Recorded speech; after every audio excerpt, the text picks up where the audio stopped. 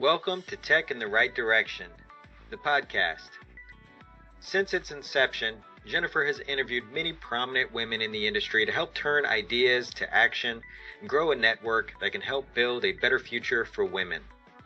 Women remain the driving force behind this growth, but male allies can play a critical role in helping to bring about these changes. That is why Jennifer has launched Mentors That Make a Difference, a spin-off series that allows men to speak on their experiences and share how they are helping drive social change to close the employment, pay, and culture gap for women in technology. We hope this new segment will continue to inspire change and encourage growth of women in the industry. Listen in as these collaborative stories start right now. Welcome to Tech in the Right Direction, the podcast. This week, I'll be speaking with Vince Menzione. Vince is an award-winning business leader who has delivered and advanced 4 successful business transformations by embracing disruptive technology and building successful partnerships to transform organizations. Vince has distilled 30 years of experience to a set of proven principles and founded Ultimate Partnerships to guide technology organizations towards maximizing their business results by applying these proven principles and framework to get partnerships right, optimize for success, and deliver results. Vince holds the successful Ultimate Guide to Partnering podcast, where he spotlights leadership and partnership principles to help technology organizations thrive and survive during this age of rapid transformation. Welcome to the show, Vince. I'm so excited to have you on the show and to introduce you as my first mentor that makes a difference. I remember in one of our conversations, you gave me this idea and I just loved it. So thank you for being an ally for women in technology. Let's get started. I am so excited to be here, Jennifer, and so excited to be on the other side of the table, I guess. You know, you were just on our show just a couple of weeks ago on Ultimate Guide to Partnering. Thank you so much for offering me the opportunity to be here and to be a mentor. And I'm so excited. I am very passionate, as you know, about this topic as well. So let's get going. Great. Thanks again. So tell us a little bit about you. So Vince Menzione, I describe my career as 4 successful business transformations. And I started off in sales. I got a degree in marketing and then wound up in the sales world and had a very quick path, did a startup, did a turnaround, was a general manager at Microsoft running the partner business for almost 10 years, and then was a channel chief and then started a podcast. So 4 successful business transformations. I have a wonderful wife, 2 beautiful children. I've been amazingly blessed in my life. And that's a little bit about me. That's great. Well, as you know, this podcast is focused on bridging employment, pay, and culture gap for women in technology. I'm very passionate about trying to bring more women into technology and getting them equity. So what are you seeing in the industry today? Well, you and I have had some of this conversation. It seems to be a topic in many of my podcast interviews. As you know, many of the people that come to my podcast are women entrepreneurs and executives in various companies, particularly Microsoft and others. And we're continuing to see women leave the workforce, right? The pandemic had such a negative impact. We had a gender gap to begin with. We've seen a drop in the number of women in tech over the last several years. And this past year and a half has just created, it's almost decimated the number of women that have left the workforce because they've needed to take care of, address education issues at home. Just the whole work from home environment has not been quite what it was before. And, we need to solve for this gap. We're also, we're seeing some things, we're going to talk about this a little bit, where the trends are going. But now that we're returning, or some organizations are returning to work, I believe we're going to see another round of issues, I would say. People opting out of the workforce or opting out of a, work environment that doesn't support their needs, both, their home needs as well as their business and where they expect to take their career in life.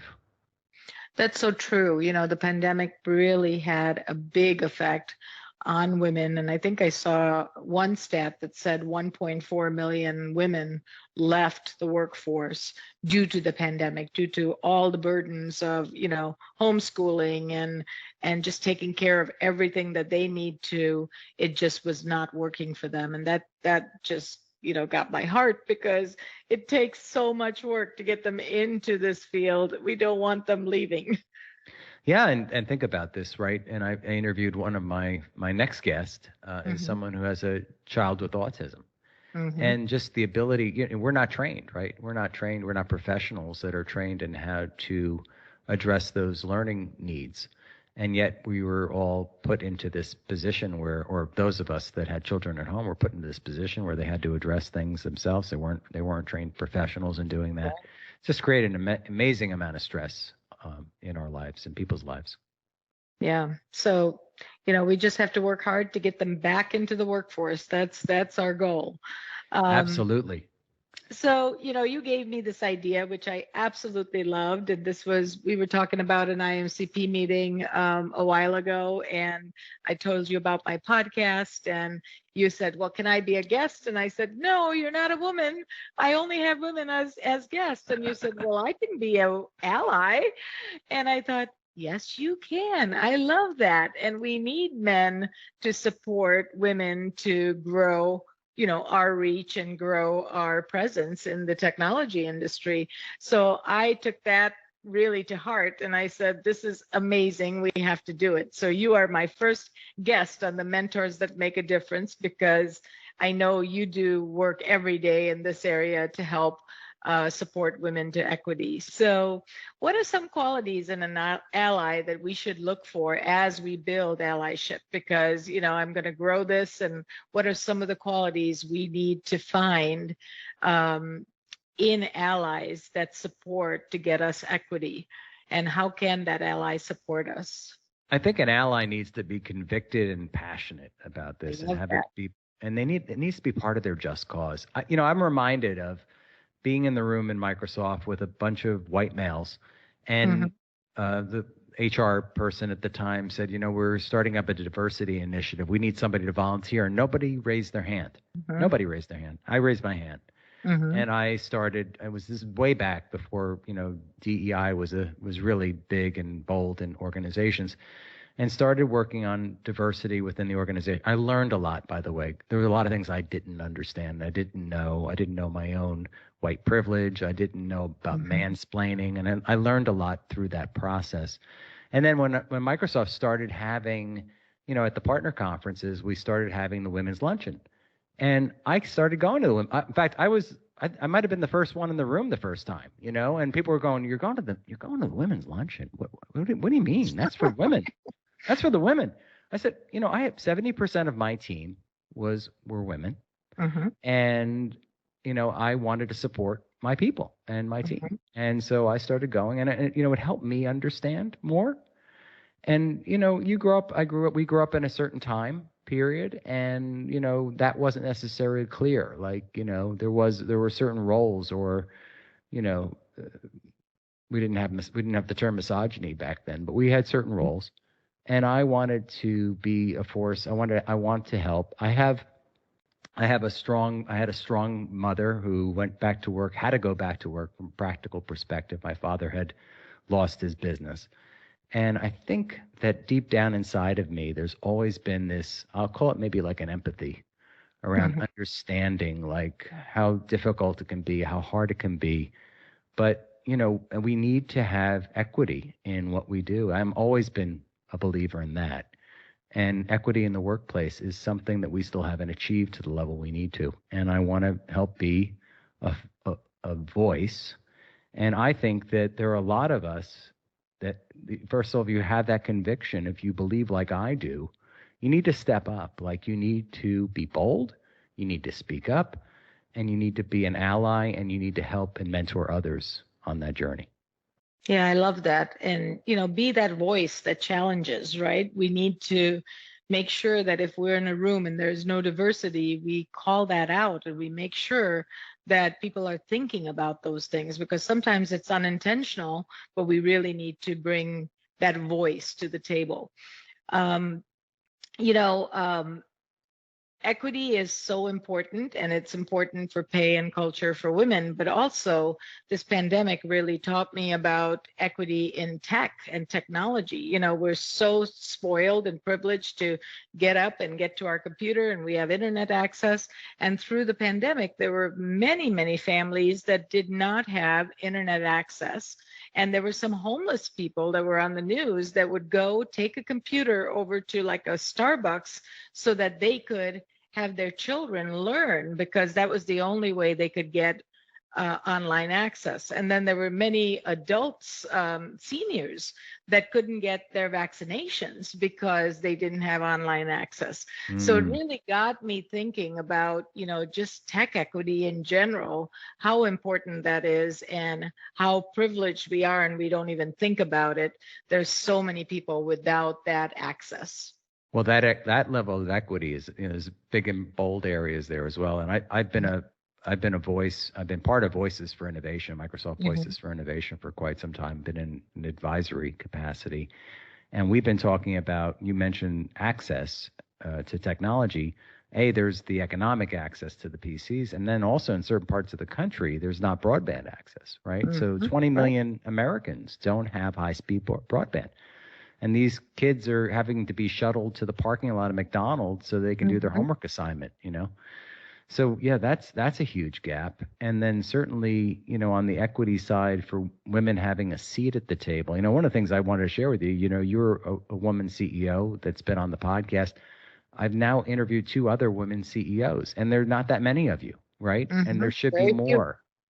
There should be more. And one of the challenges is around, like, there's a huge amount of capital on the table, and there need to be more women CEOs in those seats.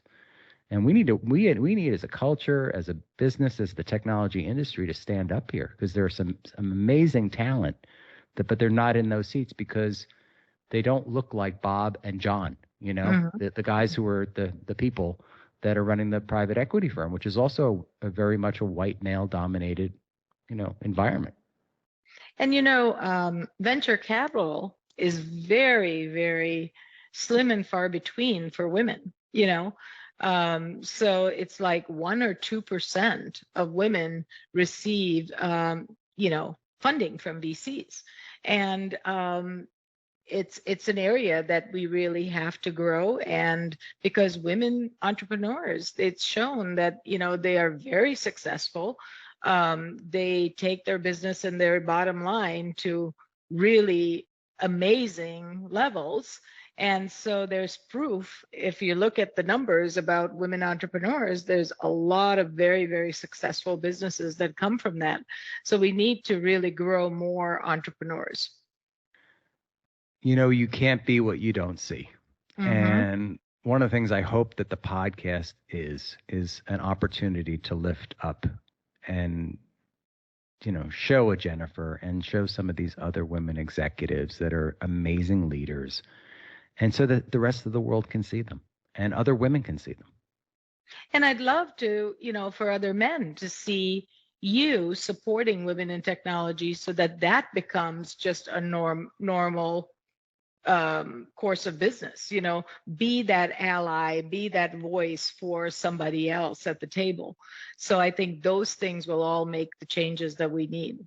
Well, there are a lot of podcasts out there. So those who are listening that have their own podcast, I challenge you, take a look at your roster. Like I did this at one point. I looked at my roster. I brought back, I did the podcast for 2 years. I put it on hold for a while.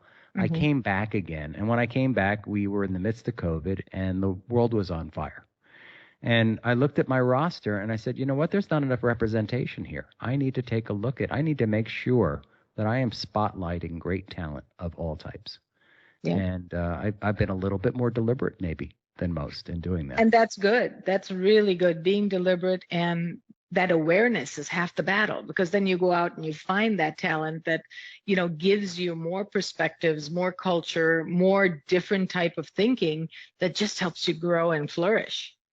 And I am so touched. I have to tell you, the podcast gives me great joy. I am so touched when I have a chance to interview someone and hear their story and I hear the grit, I hear the determination. I am getting a sense for what they had to overcome in their lives and their career to get to this spot.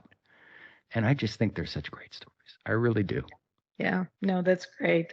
So I'd love to hear your perspective. I do as much as I can on a daily basis to grow the tech industry, bringing in more women, girls, and people of color. One of the things that I've really focused on just in our training, where we did our Cloud Power program, to really say, set a deliberate goal of how many people of color that we want to have in the program, because there's definitely a lack of people of color in our ecosystem. So what else can we be doing to continue to grow this industry and bring in more women, girls, and people of color? Well, we as leaders have an opportunity and perhaps an obligation to lead at this time. And, I'm not a hiring manager today, but if I were, and I've been in the past, I would have to take a good hard look at the seats at the table currently and say, do I have the representation that I need for my customer base? Do I have a diverse set of voices at the table so that I can make the most informed decisions and have the most clarity around my business? And I think we have to be bold. I think we have to exhibit courage, clarity, and inclusion. And we need to teach that within our organizations. And to the same point that I mentioned about the podcast, we need to be much more deliberate in what we do and how we get those people into our organizations. And sometimes it's harder because we come in with a set of, preconceived, we prejudge people based on a set of experiences, and we don't necessarily see past that sometimes, right? And I think that's something, so I think we need to do a better job within organizations of training that and working on people having a better understanding of their own failures or weaknesses when it comes to the way they view and perceive others, I guess is the way I would say. Totally agree. I think you hit it right on the head, because it really needs to be that we are deliberate. And like you said, we all have unconscious biases, and those unconscious biases are really unconscious. So really digging deep and understanding what they are. They come from, where we grew up, where we went to school, who we hung out with, what our parents taught us. All of those things everybody has them. So really inspecting that and having an open mind to say, how else can I think about this? Is it the right way to think about it? So that's really great. Well, let's move into partnering, a passion that we both share.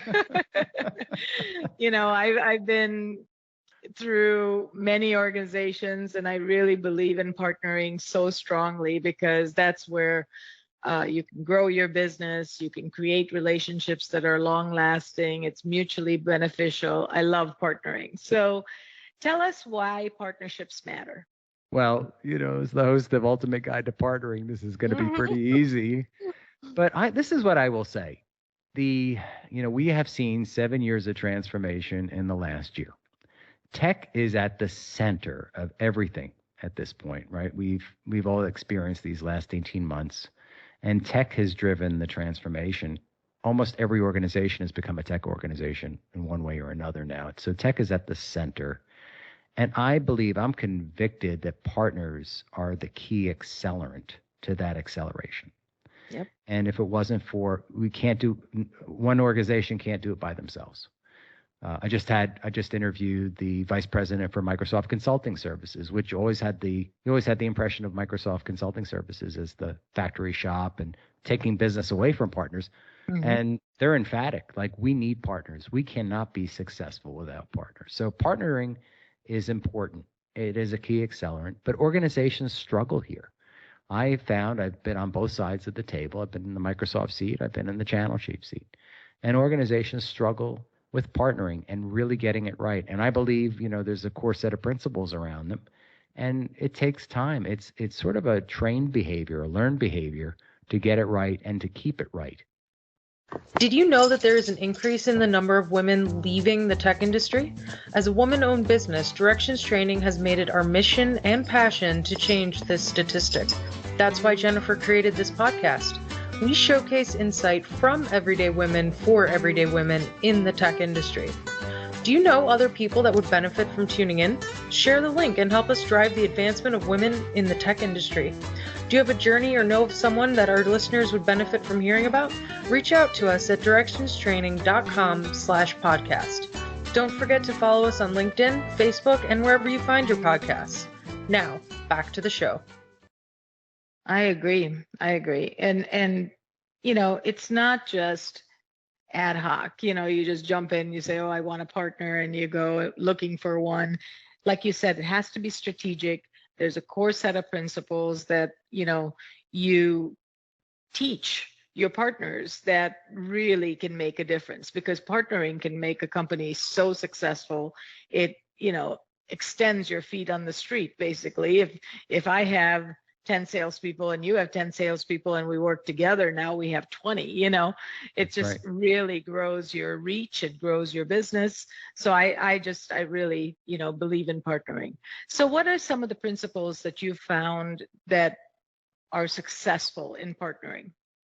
So I've, I feel like the podcast is my laboratory, and then the work that I do with organizations, both having sat in those two seats I discussed, but then the work that I do both in workshops, that I do workshops for Microsoft, and then I also consult directly with organizations, is that there are a set of principles around what makes successful partnerships and why organizations fail when they don't get it right. And it starts off, believe it or not, with mindset. Like, I think mindset is at the core. It's mindset matters, and getting your mindset right, getting the mindset between the partnership correct is important. And it's a key launching point from. And then we follow up with, we need to have shared alignment, shared vision, shared values, and then an operating model for success. And then ensuring that we've got all of our components, that we have commitment within both sets of organizations. Like, it's not just happy talk. We really do believe, and we're convicted that we're going to go do this together. And that's followed up by, okay, we've had the conversations now. We now need to apply maniacal focus to get it right. And maniacal focus means that we have a consistent dialogue and conversation. And we're developing a framework, and we're talking about what's working, what's not working. And we're adjusting and aligning to get it right, and we're measuring the results and the milestones in an effective manner. And then we must measure and drive those results, getting the results right. I also find that organizations struggle with their own branding. Like, you see this a lot in, like, for instance, in the Microsoft ecosystem. Organizations come to Microsoft expecting a set of results, and they expect a lot without having to do a lot. And you have to be really deliberate in building your brand and your engagement. And some organizations just do that better than others. And it's an area where a lot of organizations need work. And then the last set of principles are around agility. Like, you need to be able to, that whole conversation about what's working, what's not, and that framework, at the end of the day, you need to be able to pivot when you need to. And you need to be able to recognize that things aren't necessarily going in the right direction. Maybe it's time to unlock arms. Or maybe we need to invest in a specific area that we weren't invested in, or we need to make changes in our strategy and our approach to market. And so agility is also an amazing factor in terms of getting it right. So, these are core principles I teach, and I work with organizations to help them get it right. I love that, because it's not just, top of mind. These are all things that have to align in your vision, your values, your commitment, like you said, and then you have to adjust and tweak as you go along. My big things are, you have to like who you're working with, because if you don't like them, you can't solve problems, and you have to trust them as well, because when you're in a customer situation, you never want to point fingers at each other. You just want to get it corrected, fix the problem, and don't worry whose fault it was. You can always fix that later. Well, I always say that trust is actually is implied in every single one of the areas. Yeah. Right? It is core to everything. It's like, if we had to draw a line between them, that trust would be foundational to that. And of course, you have to like you at least have to respect. Maybe like is good. Yeah. But yeah. Now, how do you build trust? Because I'm sure a lot of people are thinking about, okay, I met this person. I think they would be a good partner for me, but I don't know. I don't know them. How do I build trust? Boy, that's a really good question. Trust, we trust at different levels, right? We generally intuitively know in our core, because our DNA, our reptilian brain, will tell us very early on if we believe a person to be trustworthy or not. So that's part number one. Part two is trust is earned, right? Trust is earned through action, through intention and action, and manifested through over time, right? So I love Dr. Stephen Covey's work and the 7 habits of the 7 habits successful.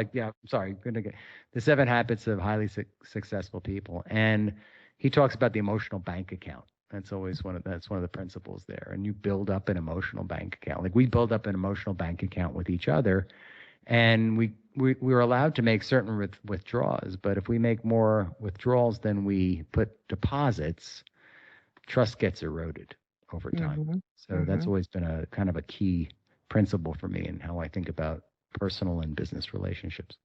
That's funny you said that, because I have taught our kids about that from a marriage standpoint. It's like it's a give and take. You have to have deposits. You have to make deposits into the bank account. Then you have some to withdraw. If you never give, you don't have anything to withdraw. So you have to learn that give and take in a relationship and in a marriage. So that's funny. Do you remember Yeah, I love that. And do you remember the parable of the golden goose? Yes. Yeah, and so actually that's one of the principles that I actually have a golden goose and a golden egg here in my office that was given to me. I went through Cubby training many years ago. Yeah. And the principle is that, we want to get to the golden egg right away. So the golden goose would lay an egg every once in a while. And I remember exactly how the parable went, but whoever that individual was got greedy. And they decided to cut the golden goose in half, and they didn't find any golden eggs, and they killed the goose. And we can't kill, that's what happens sometimes in business. And right. So that parable sticks with me pretty well. That's great. That's a great parable. Okay, so let's talk about leadership next. You need to be a leader in today's world, whether it doesn't matter what job title you have. Everybody needs to step up and be a leader. So what does it take to be a good leader? And then what can leaders do to kick it up a notch, to step up their game? Such a good and important topic. What a great question. I mentioned earlier, I believe that we in the tech sector have both an opportunity and an obligation to lead at this time. And it doesn't matter what your title is. Like all of us need to recognize that opportunity and leadership could be helping one person along on the journey. Leadership might be self-leadership, but leadership might be a big organization or setting, a bold course. So I think about this in terms of what do we do as leaders? We need to each elevate our voices. We need to understand that we have this opportunity and obligation. We need to act as bold inspirations to those in our circle. And we need to set a path forward. Like there's huge opportunity. What you're doing right now. This is such a great example. I mean, Jennifer, I am so impressed and admire the work that you have done. And, you basically put a stake in the ground. You said, I need to go solve for this. Nobody else is solving for this. I'm going to teach. I'm going to offer my training up. I'm going to do a podcast. I believe this world could be a better place if we were all doing this. That's what a leader does. They elevate their voice. They then chart a course. Like they need to, especially leaders of businesses. I love Satya's work and what he has done, right? In terms of Microsoft, he exemplifies what great leadership is to me. Leading with transparency, having empathy, intimacy with key constituents. Like he's done that within his organization. I think charting that course. And then, we come back to like this servant leader mindset, which says that you offer more value and certainty to your world, your constituents, your customers, your partners, your employees, that you offer more value and you take that role of servant leader as opposed to, some of the leadership styles we've all seen. That's great. Great thoughts on that. I had to step up my empathy level during the pandemic because, employees were, faced with so many different situations. They didn't have childcare. They had to, juggle homeschooling with work. And there was just so many things that came up on a daily basis. And I really learned to have just more empathy because, in the normal course of life, you just have, you're kind of like, I'm running a tight ship. We're working. We got to get these things done, and you don't have a lot of wiggle room. But during the pandemic, I really learned to step up my game with empathy. Yeah, when I was a people manager, it was probably an area I probably could have used improvement on as well. So. Yeah, it's just, because I hold myself to such high standards, it was like just the norm, in our organization that you just do what you need to do, get the job done, you work till you get it done. And then when the pandemic hits, there's just, you don't know what hit you, all sides, and Yeah. So I had to learn that, it's like I always had empathy, but not to the level that I was able to grow it during the pandemic. So I felt like that was a really good lesson learned. I think we all learned, we're all much more accommodating right now because we've all worked from home, and when the dog barks, right, or the the Johnny or Sally comes in the room with the homework, or all of a sudden the face comes on the screen, and I don't know, 5 years ago we wouldn't have that would have been tolerable, right? We wouldn't have tolerated that. Exactly. Yeah. So let's move to some personal questions. I love it. So what's one thing you wish you had known when you began your career? I mean, you found out later, but you had wished like, oh, if I knew this 10 years ago, I would be able to either be further along or just I would not have had as many falls as successes. I don't know. That is such a good question. I've never heard this question before. I had to think really hard on this one, I have to tell you. I think for me, I wish that I had learned to be more patient in my career. I was a kind of headstrong. I was a top sales executive. I, grew from carrying a bag and was a top salesperson for many years and then a top sales leader.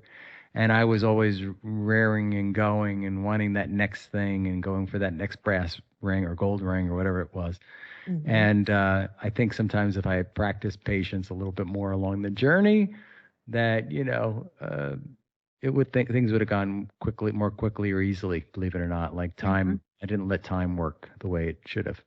Yeah. And I think in a different way, I learned that too, where I've learned over the years not to react as quickly, because sometimes just processing something or just giving it time, it changes the whole outcome. And I've learned that over the years, whereas in my younger days, I would be very reactive, and I'm very emotionally connected to whatever it is, and I get excited about something and I want everybody to get excited with me, whether you're a processing mind or not. And I've learned over the years that not everybody thinks the same way. Give it time to settle in. And be more patient. That's great. So who are 3 people who have been really the most influential to you? Wow, this is another great question. I had like 9. So So pick the top 3. what I decided to do is give you one personally, one in business, and one that I've admired and looked up to. And I think, and there are 3 different realms, right? So the first personally is my mom. I lost my mom about 6 months ago to COVID. I'm so sorry. Yeah. And I was thinking about this actually because I was thinking about why I'm so convicted about women in business and having empathy and passion. It really comes back to my mom. And I recall being a very young child and her having to go back to work and that experience. And the time I had with her was so precious when she would have her day off or whatever, or I'd come to visit her at work. And I saw how hard she worked and I've had a lot of empathy. I always have had a lot of empathy for women in business because I've understood from that side how difficult and challenging it was for my mom.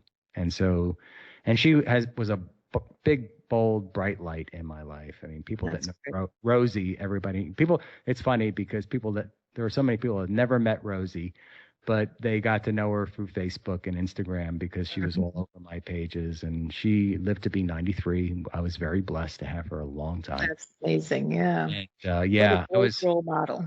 Yeah. So she was great. And I think that role model, there's a lot of things that she instilled in me too. And, in terms of business ethics and, hard work and all those other things. Right. So all the success factors I got from mom. And so on the business side, I had to think back because there were several leaders in business that have played an instrumental role. But one that really, for me, more from the personal side than the professional side, was he was the founder of that startup I was talking about. This company was called Technologics at the time. It became part of Motorola Technologies.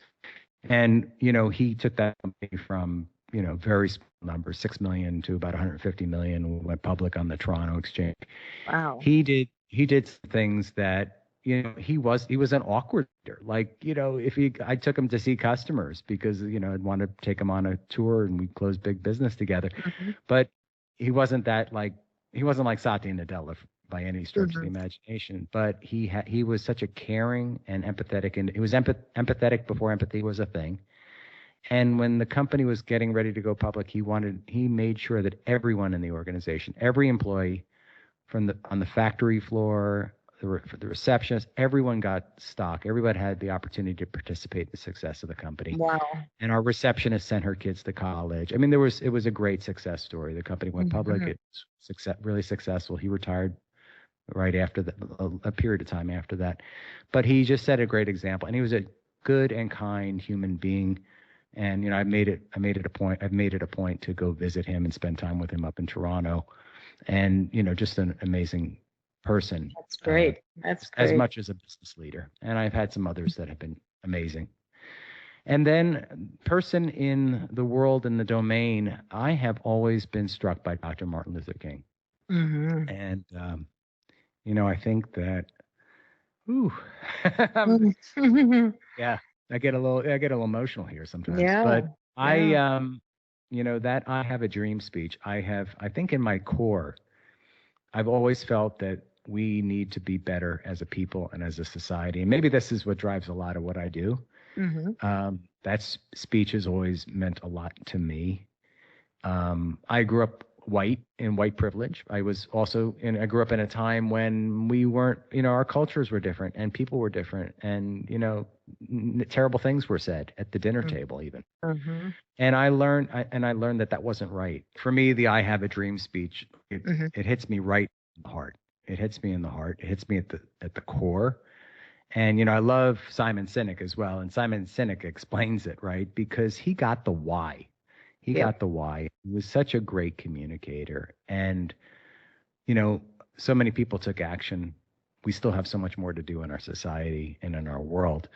But to me, that has resonated. And maybe in some respects, I've hoped to emulate some of what he said in some of the work that I do. I've always been a huge admirer of his work and what he did and how he knew and sacrificed his life for his just cause, right? So that to me is amazing. And so those are three really great representations, I believe. There are so many others. If we were to, if we had all day, I could probably list about 10. But I love the three that you picked, though, because they're so powerful, and what great messages, that come from each of them to help us learn and grow. So I love that. So great job. So in closing, what advice would you give to a woman who's considering a career in the tech industry? And, she might not even have a tech background or not know much about the tech industry. What would you say? So you don't have to be a programmer to be in the tech industry. There are amazing opportunities for women of other talents, people of other talents, that they can bring to this community, and bring yourself to the table. tech is driving the future of the world. Why wouldn't you want to get on board? Mm-hmm. And, just be bold and don't be afraid and just go do it. I love it. Yep. Just get that confidence, be bold, and don't be afraid, because every woman started somewhere, and there's very, very successful women in tech today. So there are role models that you can look up to. So Vince, this was so amazing. I always love chatting with you. I could chat with you all day. But Same here, Jennifer. Thank you. And so if you could share with our listeners how they can get a hold of you. Absolutely. Well, a great place to reach me is on LinkedIn. I'm there quite often, and I post every week. So it's I'm at Vince Menzione on LinkedIn, Twitter, Facebook, and Instagram. And my email address is vincem@ultimate-partnerships.com. Awesome. Well, you also should share your podcast. What is the name of your podcast? Absolutely. How could I forget that? Yeah. I know. So And listeners should be connecting with you there. Absolutely. So connect with me on Ultimate Guide to Partnering. You can get Ultimate Guide to Partnering anywhere where you get podcasts. We're featured on Spotify, Apple, Google, Audible, and other platforms. And we are actually this week we're ranked 152 today. Woo-hoo. On Apple Tech Business Podcasts. So Nice. We are a top tech podcast, and we're having so many amazing guests, including you. And we have such a great lineup coming up the rest of the summer, including Dr. Michael Gervais and other amazing leaders to come tell their stories and help inform our world. Yes. So listeners, please take time to listen to the Ultimate Guide to Partnerships, because it's a great podcast. And I'm looking forward to hearing your future guest as well. I tune in regularly. So thank you again, Vince. This was a pleasure and an honor to have you. Thank you for having me, Jennifer. Appreciate it. Thank you for listening to Tech in the Right Direction. Please take a minute to subscribe or follow so that you never miss an episode. Also, don't forget to like, share, and comment. Thank you. See you next week. From IT skill enhancements to end-user adoption training, Directions Training is your resource to help optimize the effectiveness of your technology investments. Over 500,000 students have taken advantage of our wide selection of technology and business training solutions, covering the most popular applications today, such as Microsoft 365, Azure, Windows 10, and more. As a podcast listener, we invite you to take advantage of an exclusive offer. Receive 30 days of free access to our Microsoft official curriculum, on-demand courses for IT professionals or end users.